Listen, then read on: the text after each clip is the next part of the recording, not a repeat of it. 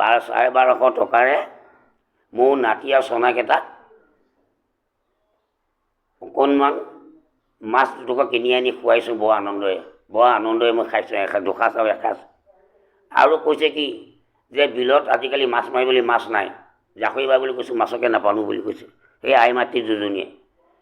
এইখন চৰকাৰে বৰ ভাল কাম কৰিছে, তোক আশীৰ্বাদ দিছোঁ। আৰু তোৰ চলি যিমান আয়ু তিমান হ'ব বুলি কৈছে। মই বোলো মাতৃগৰাকী মোৰতো চলি নাই। কৈছে আমাৰ চলিকে লগাই দিম যা, তেনেকৈ কৈছে মোৰ আই মাতৃকেইজনীয়ে। আৰু সেই আই মাতৃকেইজনীয়ে কৈছে মোক লগাই দিলে নহ'ব, মাননীয় মুখ্যমন্ত্ৰী মহোদয় তহঁতক চিন্তা কৰোঁতে চলি সৰি গৈছে, কবি যা তাকো লগাই দিম বুলি কবি যা।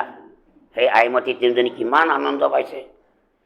আজি সেই বিৰোধী দলে কয় কি যে এইখন জনমুখী বাজেট নহয়, এখন নিৰ্বাচনমুখী বাজেট।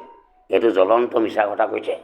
গাঁৱে ঘূৰিয়ে নগৰে চহৰে যাওক, তেওঁলোকে কওক আই মাতৃসকল তহঁতক আমি কাটি দিব দিছোঁ, অৰুণোদয় কাটি দিব দিছোঁ। অৰুণোদয় এইবাৰ বিধানসভাত কেইটামানে কৈছে কাটি দিব লাগে, এইটো আচল হ'ব নালাগে। কিয় হ'ব নালাগে? তেওঁলোকক গাঁৱত গ'লে তেওঁলোকক সোধাই আহিব আমাৰ আই মাতৃসকলে লৌৱাই বাহুনীয়ে ক'ব সিহঁতক ধেমালি পাইছ। কালি মই যি 3খন মিটিঙত গৈছোঁ, আজি 5টা বজাৰ পৰা লগ কৈছোঁ, এতিয়ালৈকে উঠি আহিব নোৱাৰোঁ, লাইন ঘৰত। গতিকে এইখন এখন জনমুখী বাজেট আপোনালোকৰ দ্বাৰাই অসমত প্ৰচাৰ কৰিব দিছে। মাননীয় মুখ্যমন্ত্ৰী ডাঙৰীয়াই কৈছে যে প্ৰত্যেক জিলাখনত আমি যি বাজেট দাখিল কৰিছোঁ 25 আৰু 26ত, এই বাজেটখন গাঁৱত প্ৰচাৰ হ'ব লাগে।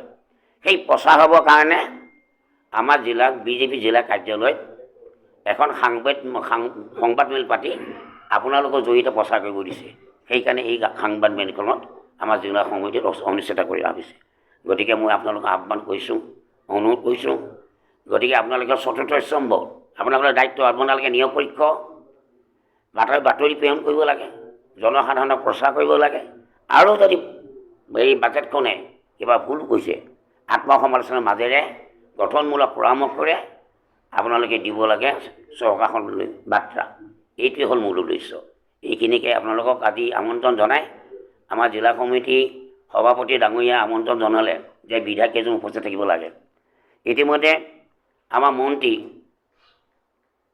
বিজু হাজৰিকা ডাঙৰীয়াই যে ক'লে, কাৰণ আজি আহিছে অমিত শ্বাহ আহিছে, গতিকে আজি অমিত শ্বাহৰ কাৰণে তই থাকিবলগীয়া হোৱাৰ কাৰণে মোক ক'লে যে ৰমাদা তই থাকিবি, আপুনি থাকি আমাৰ জিলা সমিতিত কাৰ্যালয়ত সংবাদমেলখন আদি উপস্থিত থাকি আপুনি বাৰ্তাটো প্ৰেৰণ কৰিব। সেইকাৰণে আপোনালোকক মই আমন্ত্ৰণ জনোৱা হৈছে। হ'ব।